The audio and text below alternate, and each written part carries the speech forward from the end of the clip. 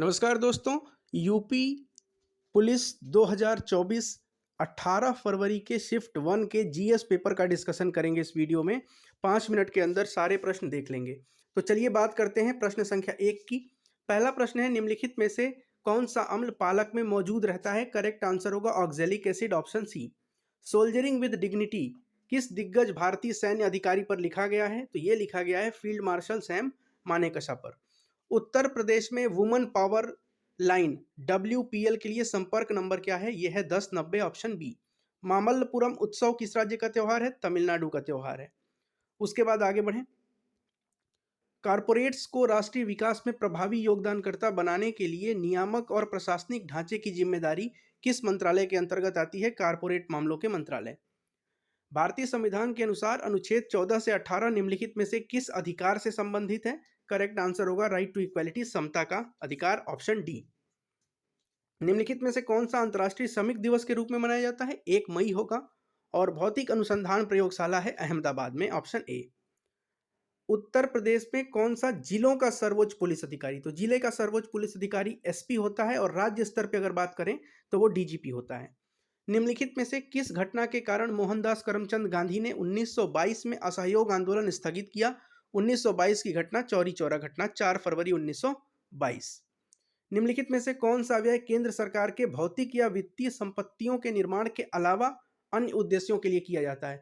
तो बजट में हम पढ़ते हैं 2 तरह के एक्सपेंडिचर होते हैं, एक होता है राजस्व और एक होता है कैपिटल।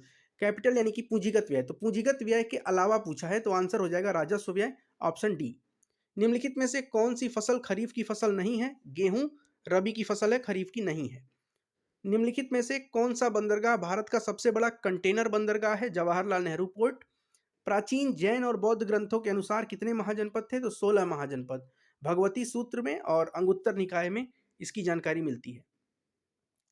उत्तर प्रदेश ने हाल ही में PMJAY प्रधानमंत्री जन आरोग्य योजना के कार्यान्वयन के लिए 2023 का पुरस्कार प्राप्त किया। अब देखिए, अगर PMJAY का फुल फॉर्म आपको पता है तो इसका आंसर आप लगा लेंगे, ऑप्शन डी, स्वास्थ्य सेवा। राजस्व परिषद उत्तर प्रदेश की स्थापना निम्नलिखित में से किस जिले में की गई? तो इलाहाबाद प्रयागराज में की गई। जनगणना 2011 के अनुसार यूपी राज्य का समग्र लिंगानुपात 912 है। अंतर्राष्ट्रीय श्रम संगठन ILO के द्वारा प्रश्न क्या पूछा है? प्रत्येक वर्ष विश्व बाल श्रम निषेध दिवस ये मनाया जाता है 12 जून को। प्रसिद्ध यूनेस्को स्थल बोर्दो पोर्ट ऑफ मून किस देश में स्थित है? आंसर हो जाएगा ऑप्शन ए, फ्रांस में स्थित है। उत्तर प्रदेश में राजकीय स्वतंत्रता संग्राम संग्रहालय शहीद स्मारक किस स्थान पर है? तो यह है मेरठ में, ऑप्शन सी, 1857 की क्रांति।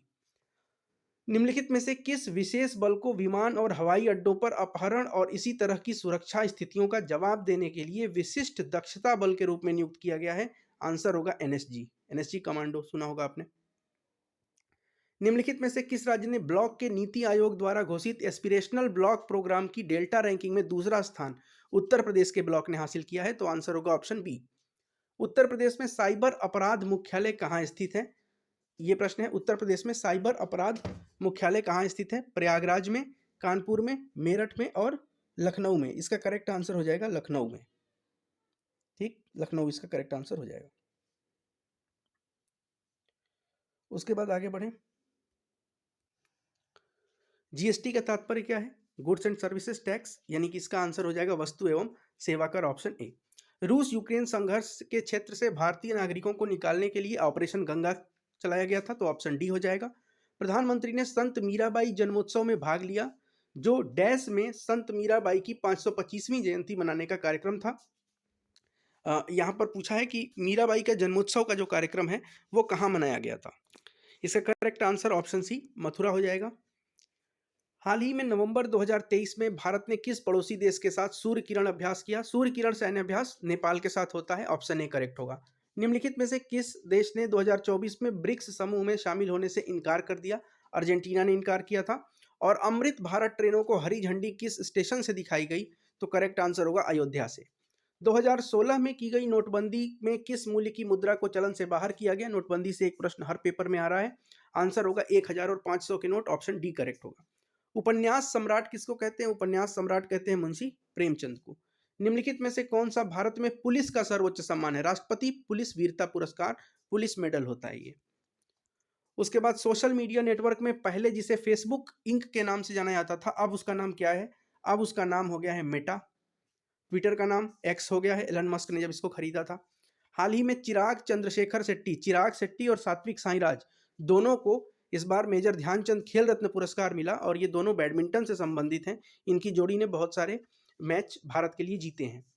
चंद्रयान 3 के लैंडर का नाम क्या है? तो लैंडर था विक्रम और रोवर था प्रज्ञान। निम्नलिखित में से कौन सा फिलीपींस की राजधानी है? फिलीपींस की राजधानी Manila. Correct answer option A. राष्ट्रीय एकता दिवस 31 अक्टूबर को मनाया जाता है।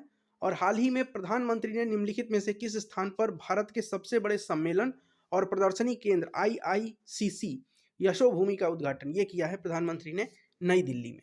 तो ये जीएस के कुल प्रश्न थे। सभी प्रश्नों को हमने 5 मिनट के अंदर 6 मिनट के अंदर डिस्कस किया। अगले वीडियो में हम हिंदी के सभी प्रश्न डिस्कस करेंगे। इसी छोटे से वीडियो में आपको सब कुछ मिल जाएगा। टेलीग्राम चैनल पे आपको ये PDF भी मिल जाएगी।